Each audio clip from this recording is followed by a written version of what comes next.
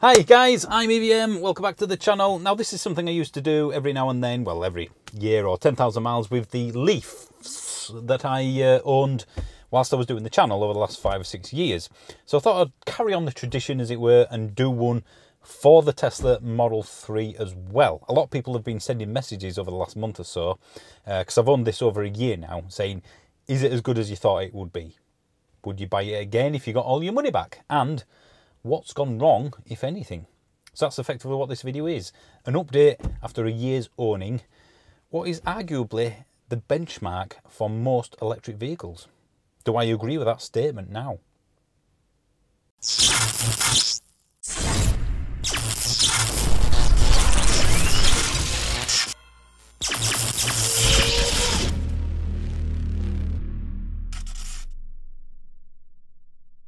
Right, I think I'll start off with what, if anything, has gone wrong.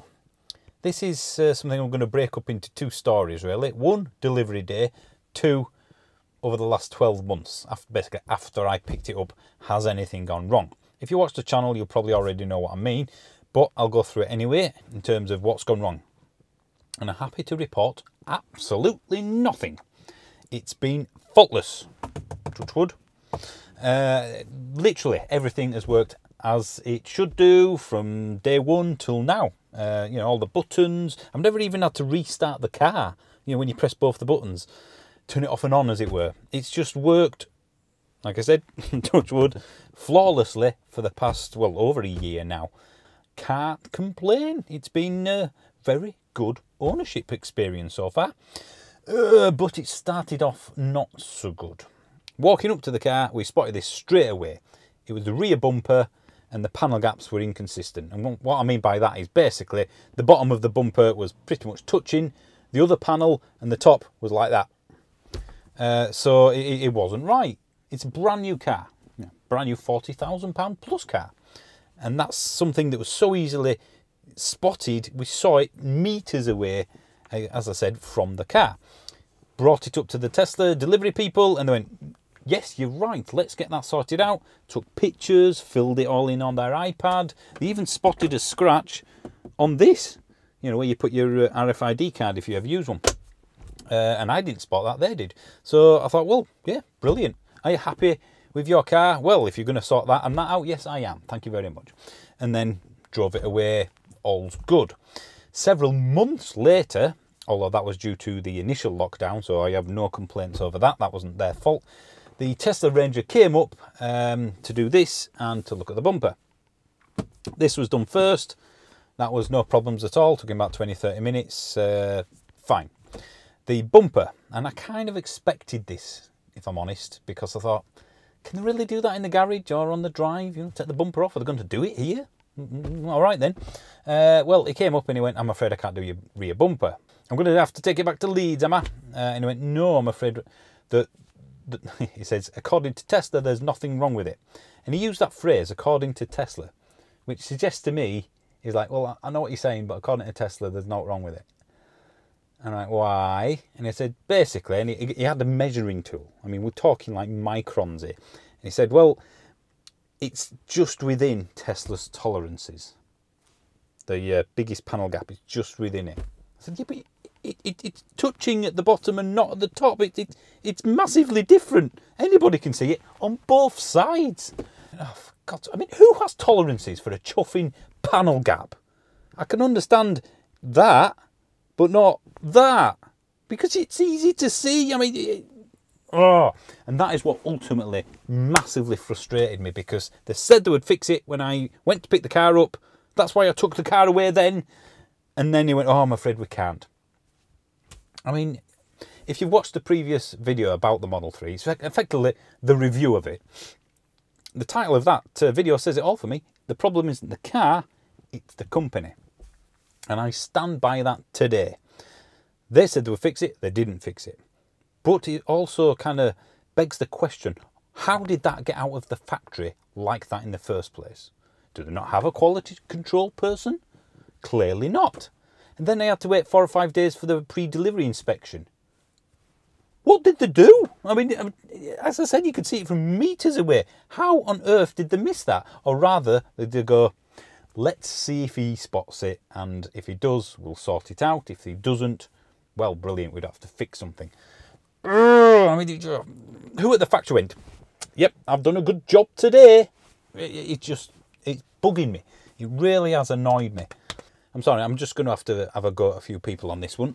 No offence, but the Tesla fanboys kind of piled in on that video a little bit. And some of the stuff that they came out with, I'm sorry guys. There's been a Tesla fan, and then there's just been apocalyptically naive. One guy said, oh, well, they're only a young company. What?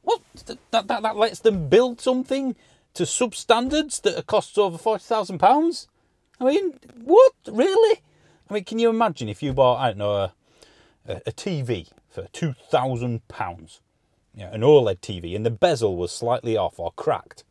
And you took it back to the TV shop and went, my TV's not, my brand new TV's, it's not right. The manufacturer's only been around a few years. Oh, sorry. Silly me, if I'd have known that, I wouldn't have brought it back in. I mean, take your head out of your own ass, please. Or rather, out of Elon Musk's ass. Think about it, guys. You're excusing poor workmanship. It shouldn't happen on any product, not just a car.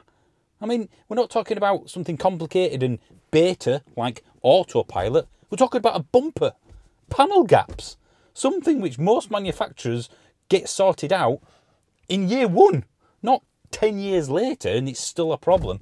And look around on the internet. This isn't just me, is it? It's everywhere. Another one said, oh, well, Elon Musk is trying to save the world. Stop moaning about your bumper. These people actually exist in the world. Probably think it's flat as well. I mean, trust me, I'm not having to go Tesla fans. I'm on about the real fanatical ones, the deluded ones. This car is brilliant. I'll come on to that more later on in the video, but effectively, I think this car is fantastic. And I've said this many times over. But the whole experience has been soured by them lying to me. We'll fix it, but they didn't. I feel like I've been duped. Well, let's tell him we're going to fix it. And then when he's taken it away and signed the paper to say he's happy with it, then we'll just say, yeah, it's fine. Who has tolerances for things like that? I mean, seriously. Whether you're a big Tesla person or not, you must admit there are some nutters out there who will just accept absolutely anything. Autopilot is in beta, so no one can really complain that it's not brilliant. And it isn't, is it? It's great on motorways and things like that, but in town, in the UK, it's utter garbage. But I accept that because of, they literally say this isn't ready yet. I'm not bothered. It doesn't bother me. But bodywork, basic bodywork, they've been building cars for 100+ years. It shouldn't be this difficult. It really shouldn't. Sorry, I've gone off on a rant. I've had a go at half of my audience, probably. But you know what? It needed to be said. The amount of people in that comment section of that video who were just defending something that shouldn't happen. Can you give me a plausible excuse on why any product that's defective should be allowed for anything? I mean, just seriously, there isn't one. There really isn't one. Sorry, I'm off on one again. Sorry. Right, back on track now. Come on. Right. So ultimately, the car has been faultless. If the bumper was fine, I'd have been going, this is amazing. Everything has been perfect from day one. Let's hope it will carry on like that. Because, as I said, I really like this car. I'm a bit of an IT nerd. I work in IT, so I don't even mind the touch screen. I think that's fine. My wife gets in this car. She don't give a monkeys about cars, quite frankly. She's a normal person who uses it to get from A to B. She likes it as well. She never had a problem with the touch screen. She's not had a problem with the speedometer there. And the amount of people that say, well, I can see my speedo in front of me. No one had to go to the Toyota Yaris or the loads of other cars that had it in the centre. I mean, it really isn't a problem. Would I prefer a hatchback? Probably, but I've still yet to trip it up in terms of putting stuff in there that I want. The back is big, loads of space, it's a flat load bay. There's a few things I'd change, like a button for the glove box. It can be digitally controlled in the same way you can on here. I mean, but we're talking minor stuff here. As a car, though, you know, I like the feel of the steering wheel, the weight of the steering. It's comfortable. I really can't fault it. And I still maintain that as an electric car, in electric car world, which is getting very competitive now, it is still the benchmark, is this. I'm sorry, it just is. The biggest single advantage Tesla have over every single manufacturer at the moment, the supercharger network. That in itself is worth a chunk of money towards the car, and it just takes away so much, well, I won't say issues, but well, like range anxiety. For me, certainly in the current crop of new EVs, doesn't really exist. Range anxiety is something that the media overplays. It really is. Charger anxiety, however, that's real. I've driven many cars. I mean, pretty much every EV on the road. I own Nissan Leafs for nearly 5 years. So I've done the public charging network thing lots, and I still do now, because as I say, I get lots of press cars. And when you're doing a long journey, or you just need to use the public charging network, you should never have to have a plan B. Because there's one charger there usually, maybe two. I'm talking rapid now. And you're thinking, well, the app says it's working, but sometimes it just isn't. So you always have to think, well, if that's not working, I'll go there. That should never be a thing. With this, you literally just put the destination into the sat-nav. You could go clear across Europe, thousands of miles. It will do it all for you. Go there, charge here, you'll arrive. Done. They will always be working, or at least some working. I've never seen more than one out of order. And there could be 4 or 8 or 16 charging bays, or whatever they call them. I mean, this is normal. It completely wipes the floor with pretty much every other charge network in the UK. And I know someone right now is probably going to mention, what's it called, the charging hub. I've forgotten its name, the one down south. That looks brilliant, but it's one location in a whole country. What that charging hub, what the hell is its name? Damn it, well, you know which one I mean. What that charging hub gives you is what every Tesla owner has. And that, as I said, is the biggest advantage over this. That is what effectively tipped the balance for me to buy this car over anything else. I mean, we were planning on driving clear across Europe several times.